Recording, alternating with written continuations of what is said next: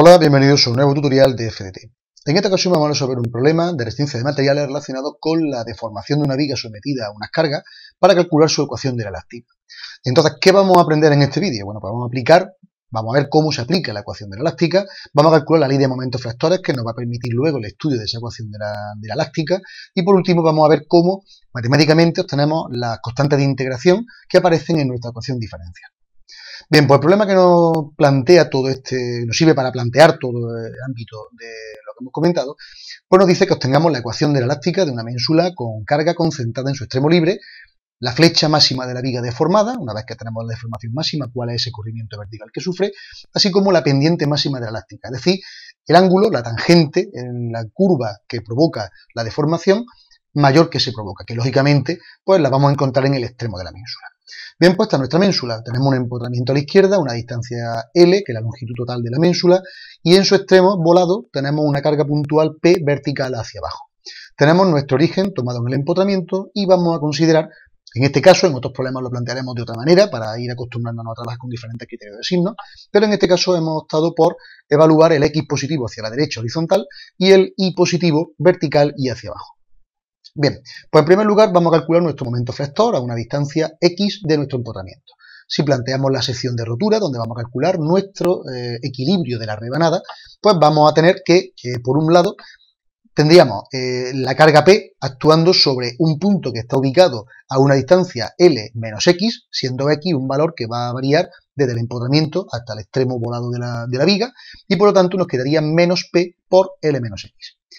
Vamos a recordar ahora una cuestión geométrica que nos va a permitir luego el planteamiento fundamental de la ecuación de nuestra elástica. Y es que si nosotros igualamos la tensión admisible que tiene esa tensión debido a la flexión en dos momentos diferentes, es decir, aplicando lo que es por un lado la ley de Hooke, lo veremos, y por otro lado lo que es la tensión en flexión, pues vamos a obtener una expresión que nos va a permitir avanzar geométricamente y obtener la ecuación diferencial. Así pues, tenemos entonces que en el término izquierdo tenemos nuestra sigma X, aplicando la ley de Hooke a un punto que está separado de una distancia Y de nuestra fibra neutra. Esa fibra que recordáis que atraviesa toda la sección de la viga, pero está situada a una distancia tal que la curvatura de la viga no le afecta. Es decir, mantiene su longitud constante y ni se acorta ni se alarga. Por otro lado, esa misma tensión la expresamos de otra manera, atendiendo a lo que es la capacidad de flexión que tiene la viga, y lo planteamos como M sub Z partido por I sub Z multiplicado por I, teniendo en cuenta que nosotros vamos a establecerlo cuando M sub I vale 0.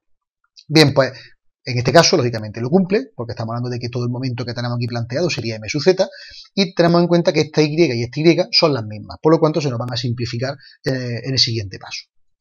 Bien, pues si hacemos la simplificación y trasladamos el producto E, lo ponemos aquí debajo y la Y la simplificamos, lo que vamos a tener es que 1 partido por R es igual a M sub Z partido por E y por I sub Z, siendo este producto conocido como la rigidez a flexión que tenga la viga. Bien, pues la fórmula que estamos indicando corresponde a una flexión pura, no tenemos ningún momento adicional al M sub Z y también es válida siempre y cuando el T sub I permanezca constante. Es una cuestión de decir lo mismo pero de otra forma. Bien, si nosotros ahora planteamos un triángulo de deformación en una porción de viga donde vamos a ver que para una distancia diferencial de X, que es muy pequeña, vamos a descender una distancia D sub I, que también es un diferencial, una distancia muy pequeña, pero nos va a permitir calcular un ángulo que si nosotros lo hiciéramos extrapolable y lo alargáramos a toda la longitud de la viga, pues iríamos viendo la variación en ese ángulo de deformación. Bien, pues lo que vamos a hacer ahora es plantear esta razón geométrica de la curvatura en función de la tangente a la curva y de su derivada. Entonces nos quedaría que la segunda derivada con respecto a la posición de la posición vertical, del desplazamiento vertical con respecto a X dos veces, partido por 1 más la tangente al cuadrado todo elevado a 3 medios, sería la correspondiente curvatura de nuestra viga.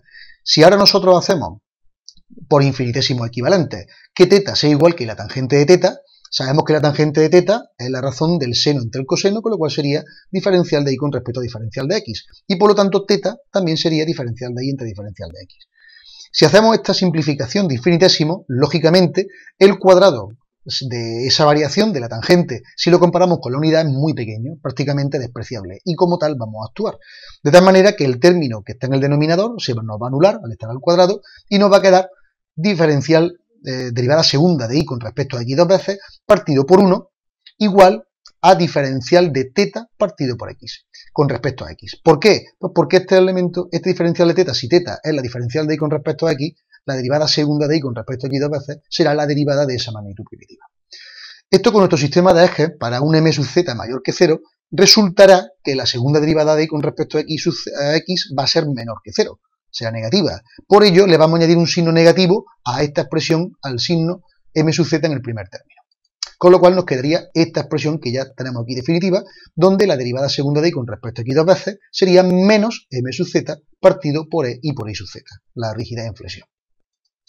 Bien, si ahora volvemos a nuestra viga, esta expresión que ya hemos comentado, ahora vamos a sustituir los valores. Como m sub z ya sabemos lo que vale, menos por menos sería más, lo tenemos aquí puesto, p por l menos x partido por la rigidez en flexión igual a la segunda derivada de y con respecto a x dos veces. Esto ya empieza a tener forma de ecuación diferencial.